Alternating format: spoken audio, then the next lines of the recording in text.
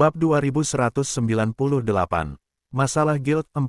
Di pasar perdagangan farmasi Pukos Bazar, biasanya Herbalis Guild yang menjual ramuan dengan harga tertinggi, tetapi harganya masih 8 koin emas. Namun, Shen Yanxiao menjualnya seharga 15 koin emas.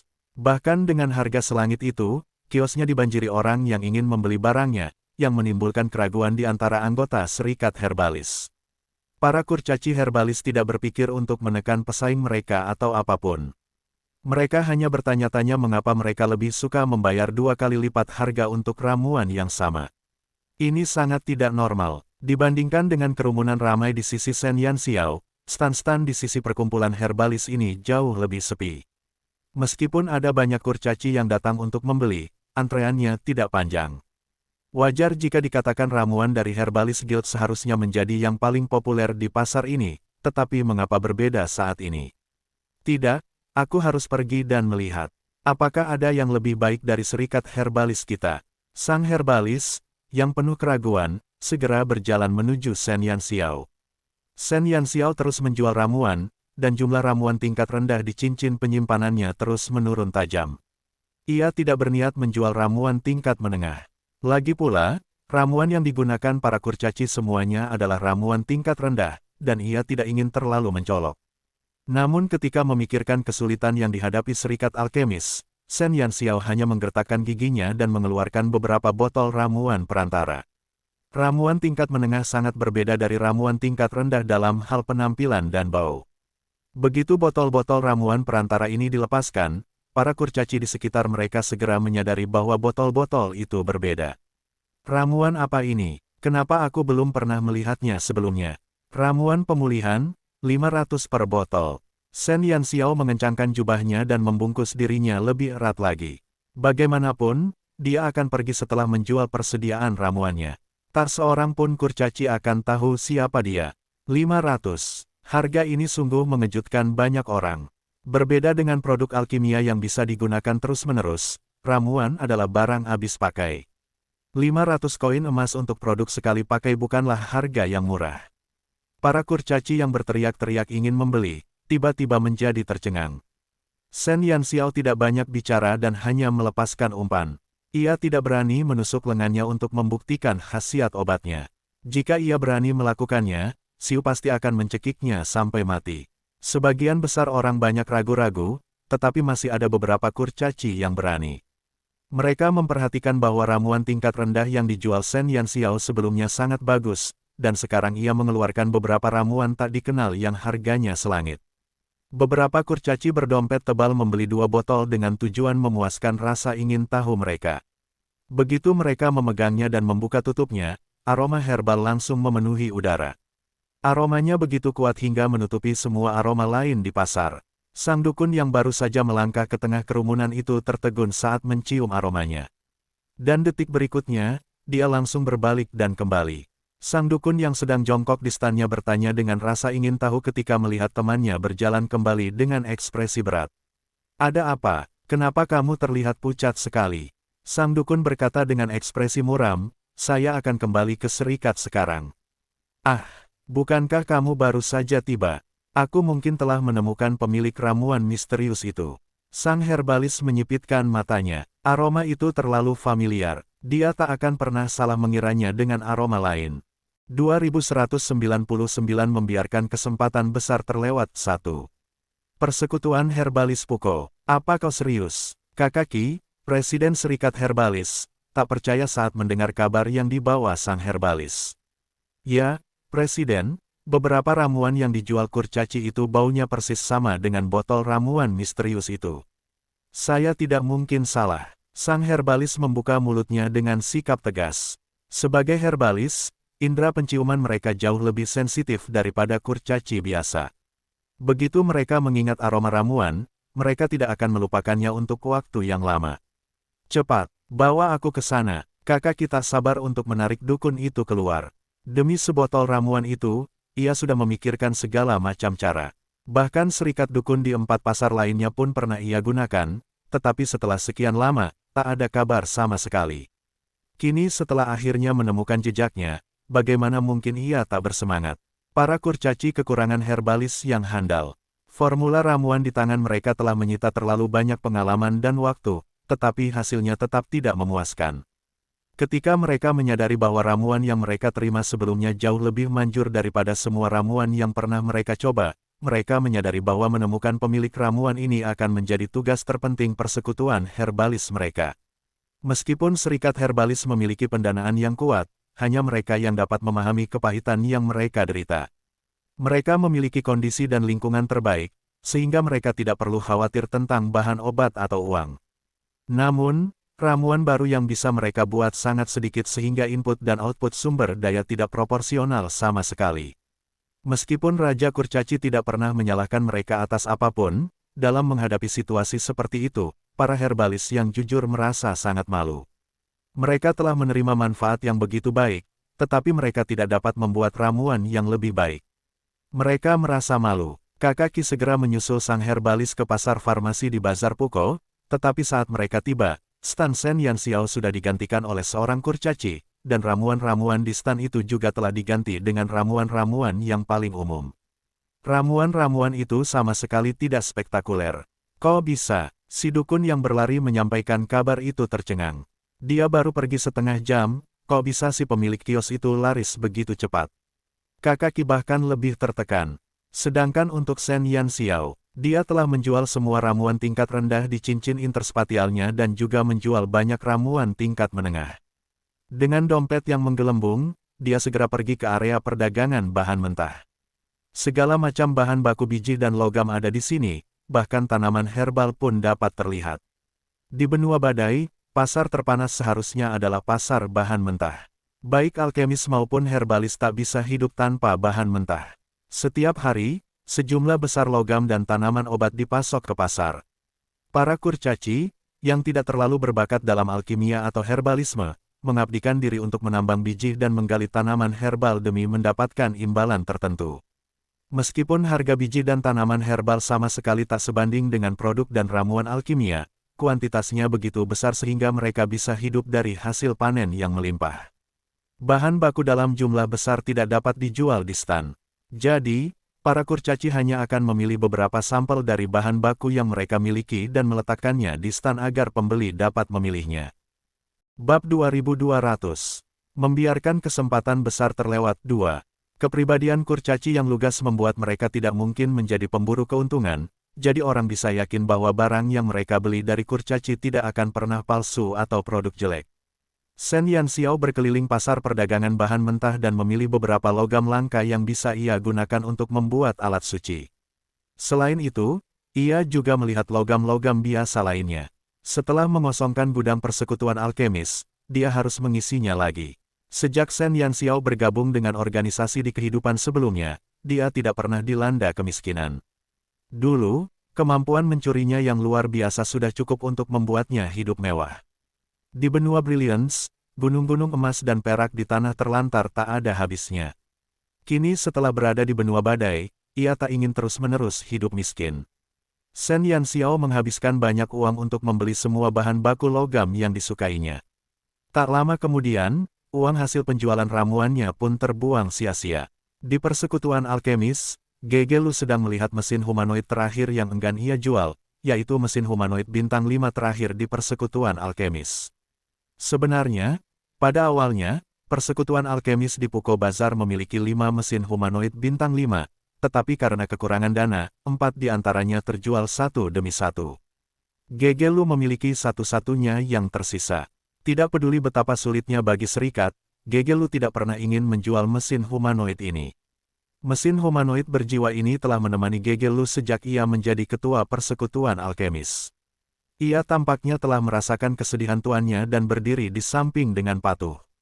Lulu, Gegelu mengangkat kepalanya dan memanggil nama yang telah dia berikan pada mesin humanoid itu. Mendengar panggilan Gegelu, Lulu perlahan menundukkan kepalanya.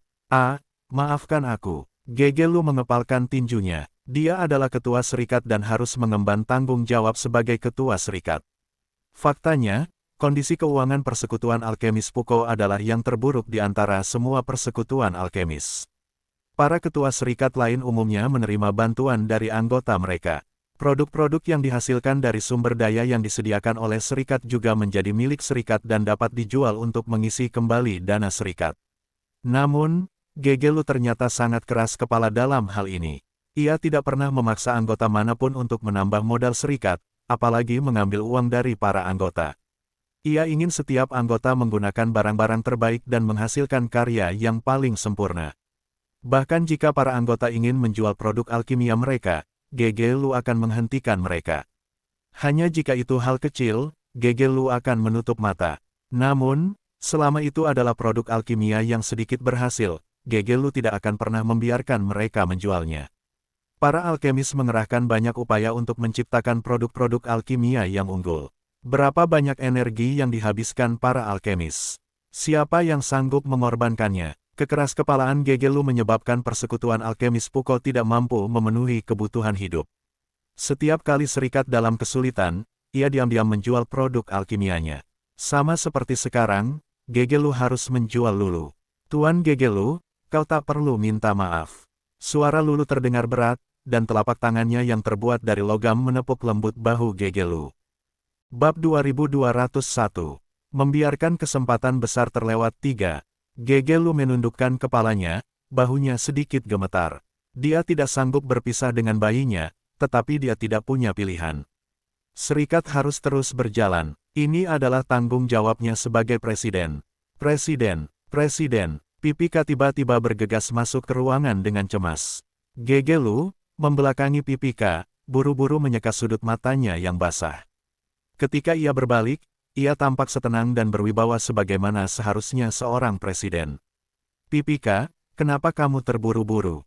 Tanya Gegelu. Di luar, Pipika tampak sangat bersemangat saat dia menunjuk pintu dengan satu tangan dan tergagap. Bicaralah dengan benar. Aduh, jangan banyak bicara. Presiden, kau akan mengerti kalau kau ikut aku. Pipika sangat cemas, tetapi ia tidak tahu bagaimana menjelaskannya karena kata-kata tak bisa keluar dari mulutnya.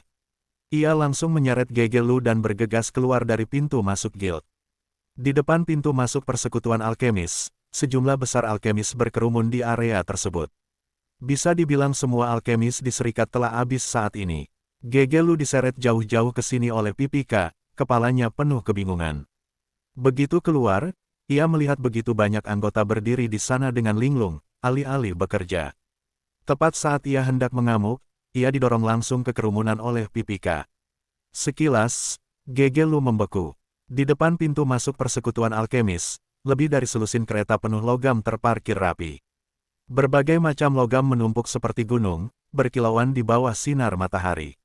Suara Gegelu tercekat di tenggorokannya. Ini, Gegelu mengulurkan tangannya yang gemetar dan menunjuk ke deretan kereta. Anda pasti Presiden Gegelu, kan? Bisakah Anda menandatangani di sini untuk memastikan kami telah mengirimkan paketnya? Seorang kurcaci melompat keluar dari kereta dan sambil tersenyum meminta Gegelu untuk menandatangani daftar panjang tagihan.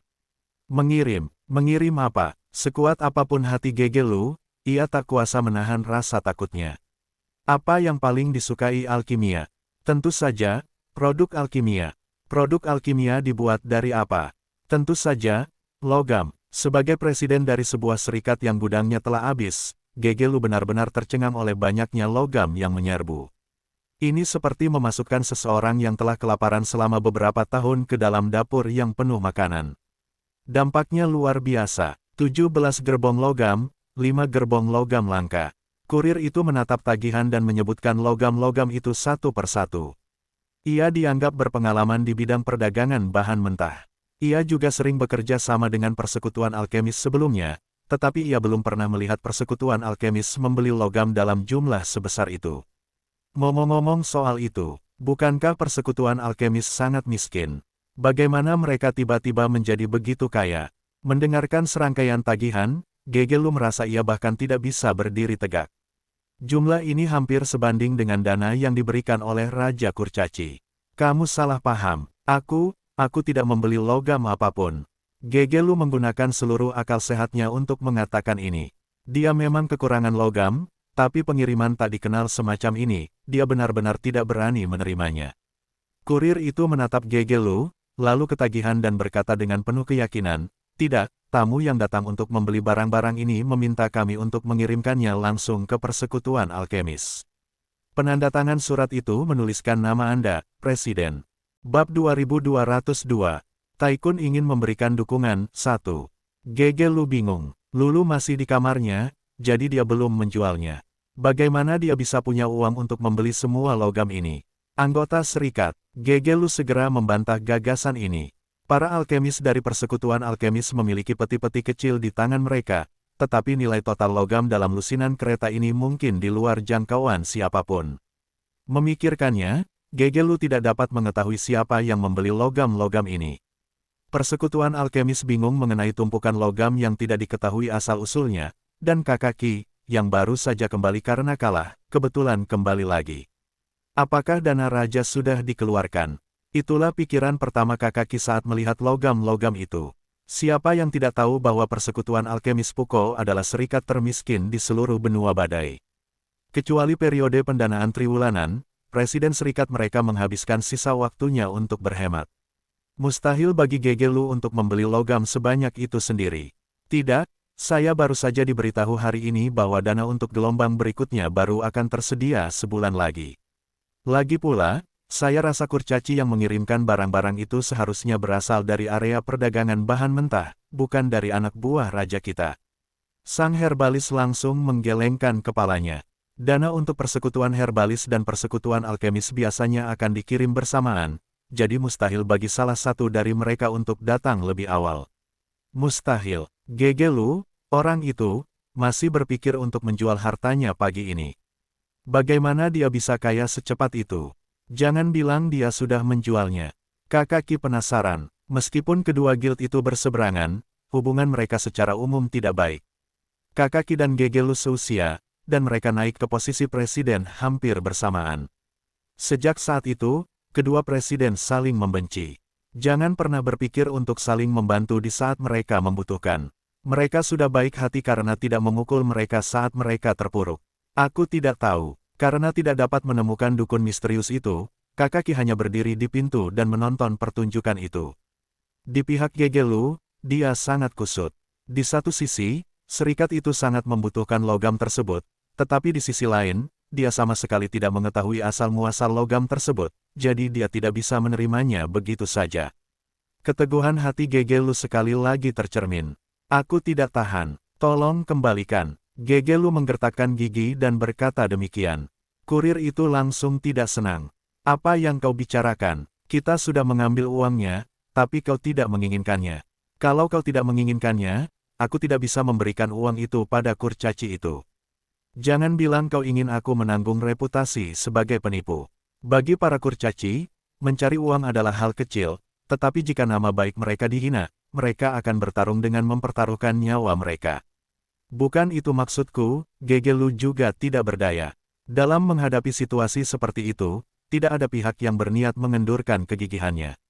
Melihat hal ini, seorang kawan kecil yang sudah lama menunggu dalam kegelapan mendesah tak berdaya. Awalnya dia ingin menjadi pahlawan yang tidak dikenal, tetapi akhirnya dia bertemu dengan presiden yang keras kepala. Presiden, terimalah logam-logam ini. Saya yang membelinya. Sen Yan Xiao, mengenakan jubah, perlahan keluar dari satu sisi dan akhirnya mengakui asal logam itu. Dia takut jika dia tidak mengakuinya, Gege Lu benar-benar dapat mengembalikan semua logam itu. Dia membelinya. Kurir itu mengenali Sen Yan Xiao sekilas. Momo Xiao. Gege Lu memandang Sen Yan Xiao dengan heran. Bab 2203. Taikun ingin memberikan dukungan. 2. Apakah kamu membeli logam-logam ini? Gege Lu merasa sulit untuk mempercayainya. Dia juga bertanya-tanya apakah itu anggota lain, tetapi dia tidak pernah menyangka itu Sen Yan Xiao. Sen Yan Xiao baru bergabung dengan guild mereka sebentar. Ia tidak pernah menyangka Sen Yan Xiao akan melakukan apapun untuk guild. Lagi pula, Sen Yan Xiao biasanya ada di perpustakaan atau di laboratorium. Selain muncul saat mengajukan permohonan sumber daya, Gege Lu pada dasarnya tidak lagi berhubungan dengan Sen Yan Xiao. Ya, Sen Yan Xiao mengangguk. Dia juga malu karena gagal menjadi pahlawan tanpa nama. Tidak, cepat kembalikan logam-logam ini. Ekspresi Gege Lu berubah dan ia langsung berkata dengan sungguh-sungguh, guild kita belum perlu memeras uang anggota kita. Gegelu merasa senang bahwa Shen Yanxiao bersedia menyumbang ke serikat, tetapi dia tidak dapat menerima niat baiknya. Gegelu masih belum cukup malu untuk mendapatkan pendanaan dari seorang anggota yang baru bergabung dengan serikat kurang dari 10 hari. Shen Yanxiao memang menggunakan banyak logam langka, tetapi dibandingkan dengan apa yang ada di depannya, itu hanya setetes air di lautan. Shen Yanxiao menghela napas dan berkata, "Presiden, tolong jangan menolak logam-logam ini. Logam-logam ini bukan untukmu, tapi untukku dan anggota lainnya. Sebagai anggota persekutuan alkemis, aku tidak berhak mengambil sumber daya serikat secara cuma-cuma." Shen Yanxiao benar-benar merasakan kegigihan Gegelu. Ia lebih suka menjual mesin humanoid kesayangannya daripada mengambil koin emas dari anggotanya. Kegigihan ini saja sudah membuat Shen Yanxiao sangat mengaguminya. "Tidak, uang ini semua hasil jerih payahmu. Momo Xiao, aku sangat tersentuh dengan pendekatanmu, tapi aku tidak ingin kau menukar produk alkimiamu dengan uang. Bagi kami para alkemis, setiap produk alkimia adalah hasil jerih payah kami. Tidak akan ada yang mau menjualnya." Gegelu masih sangat gigih. Shen Yanxiao tertegun sejenak sebelum tertawa santai dan berkata, "Presiden, Anda salah paham. Sumber uang saya bukan dari penjualan produk alkimia saya. Anda seharusnya tahu betul apa yang saya hasilkan. Produk-produk itu tidak populer di pasaran. Bahkan jika saya menjual semua karya saya selama periode ini, saya tidak akan bisa menghasilkan banyak uang. Ini hanyalah uang yang saya hasilkan dari hobi saya. Bahkan jika saya tidak membeli logam-logam ini, saya tetap akan menjualnya." Gegelu terkejut. Sejujurnya, dia terkejut Shen Yanxiao punya uang sebanyak itu. Harga logam sebanyak ini pasti sangat tinggi. Bahkan jika dia menjual lulu, Gegelu merasa dia mungkin tidak mampu membeli logam sebanyak ini. "Presiden, guild ini milik kita semua. Kita menikmati keuntungan dari guild, jadi sudah sepantasnya kita membayar sedikit untuk guild. Anda tidak boleh menolak lagi. Saya akan menggunakan logam-logam ini di masa depan, begitu pula semua orang. Tidakkah Anda ingin kita memiliki prestasi yang lebih baik dalam alkimia di masa depan?" Shen Yanxiao membidik pikiran Gegelu. Dia tahu bahwa dia adalah presiden yang sangat tidak memihak. Dia mengabdikan diri untuk kesejahteraan anggota guild. Tidak salah untuk memulai dengan ini. Benar saja, kata-kata Shen Yanxiao membuat Gegelu terdiam. Bukannya ia tidak tahu betapa buruknya situasi guild saat ini. Ia juga tahu bahwa untuk mengurangi biaya, para anggota guild harus menggunakan logam berkualitas rendah untuk melakukan eksperimen mereka. Namun, spiritualitas logam berkualitas rendah sangat rendah. Hal ini juga menjadi alasan mengapa Guild Alkemis Puko sudah lama tidak menciptakan mesin humanoid bintang 3 atau lebih. Bab 2204. Taikun ingin memberikan dukungan 3. Perkataan Shen Yanxiao tidak hanya menyentuh Gegelu, tetapi juga anggota persekutuan alkemis lainnya. "Presiden, jangan tolak niat baik Momo Xiao.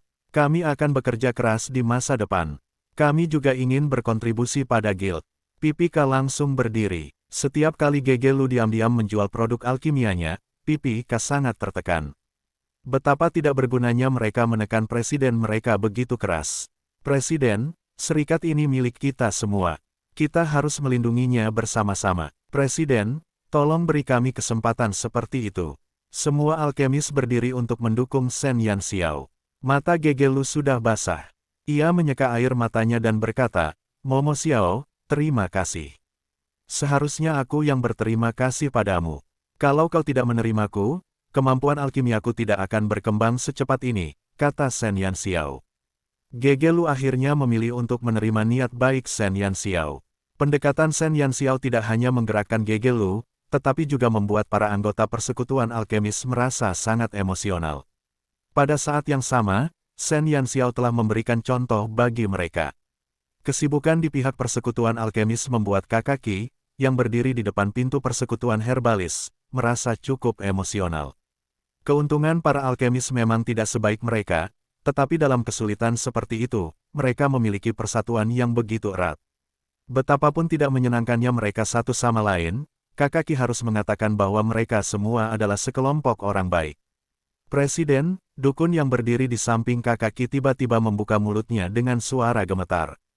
"Para alkemis itu tidak terlalu tidak berguna. Jika suatu hari nanti serikat kita menghadapi situasi seperti itu, aku akan senang jika kau mendapatkan hati mereka. Kakaki meratap, tidak, aku tidak sedang membicarakan itu. Itu, alkemis itu kurcaci yang kulihat di area perdagangan farmasi. Sang herbalis dengan gugup meraih lengan Kakaki dan dengan cepat mengungkapkan apa yang ingin dikatakannya.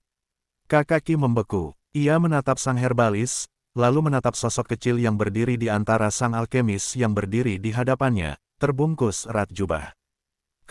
Apa kau yakin? Apa kau yakin tidak salah? Suara Kakaki tiba-tiba berubah berat. Saya tidak mungkin salah. Kakaki menelan ludahnya. Bagaimana mungkin? Kurcaci itu sepertinya anggota persekutuan alkemis. Dia pasti seorang alkemis. Kurcaci manakah yang bisa membuat ramuan sambil belajar alkimia? Jangan bercanda, orang mesum yang menentang surga itu tidak ada. Oke, mungkin dia menjualnya atas nama orang itu. Sang herbalis juga merasa bahwa tidak ada kurcaci di dunia ini yang bisa mempelajari kedua bidang tersebut secara bersamaan. Lagi pula, alkimia dan herbalisme sangat menyita waktu. Benar sekali. Kakaki menjadi tenang ketika memikirkan kemungkinan ini. Presiden, haruskah kami bertanya? Saran sang dukun. Kakaki ragu sejenak. Hubungannya dengan Gegelu tidak terlalu baik, tetapi ketika dia berpikir bahwa Shen Yanxiao mungkin satu-satunya petunjuk untuk dukun misterius itu, dia tidak terlalu peduli. Ayo pergi dan bertanya. Gegelu masih tersentuh oleh kekompakan anggotanya. Namun, ketika melihat Kakaki, ketua serikat herbalis, datang membawa seorang herbalis, Gegelu segera menenangkan pikirannya dan kembali anggun seperti sedia kala. Kakaki, apa yang kau lakukan di sini? Gegelu sangat marah saat melihat Kakaki. Bab 2205. Tertipu, 1. Kakaki berkata, Gegelu, aku tidak di sini untuk menemuimu hari ini. Gegelu mendengus dingin. Hubungan antara kedua guild memang selalu buruk. 8 atau 9 kali ketika presiden kedua guild bertemu, mereka akan saling bertarung. Hanya saja hari ini Gegelu sedang senang karena tindakan Shen Yanxiao, jadi dia tidak berniat merendahkan dirinya ke level Kakaki. Kalau tidak ada lagi yang ingin kau katakan, silakan pergi. Kita masih punya banyak hal yang harus dilakukan. Kakaki melirik Gegelu, mengabaikan perintah penggusurannya, dan pergi ke Shen Yanxiao. Halo, saya Kakaki, Presiden Serikat Herbalis. Saya ingin bertanya, apakah Anda menjual ramuan di area perdagangan farmasi hari ini? Tanya Kakaki, menahan debaran jantungnya. Kakaki, apa maksudmu? Momo Xiao itu anggota guild kita, mana mungkin dia jualan ramuan? Gegelu langsung kesal. Jarang sekali guild mereka punya jaket empuk semanis itu, tapi Kakaki malah memergoki salah satu anggota guild alkemis mereka dan bertanya apakah dia jualan ramuan. Ini jelas-jelas provokasi. Shen Yanxiao menatap Kakaki dengan heran. Tidak ada yang salah dengan dia menjual ramuan di pasar, jadi dia tidak menyamar. Dia hanya tidak menyangka akan dikenali oleh ketua serikat herbalis secara kebetulan. Ya, ada apa? Shen Yanxiao tidak ingin menolak apapun. Karena Kakaki berani datang dan bertanya, dia pasti mengenalinya. Dengan karakter kurcaci, tidak peduli seberapa banyak dia berdalih, tidak ada gunanya. Jawaban Shen Yanxiao mengejutkan Gegelu dan para alkemis lainnya. Seorang alkemis benar-benar pergi ke area perdagangan farmasi untuk menjual ramuan. Jejak kegembiraan muncul di mata Kakaki. Apakah kamu membuat ramuan itu?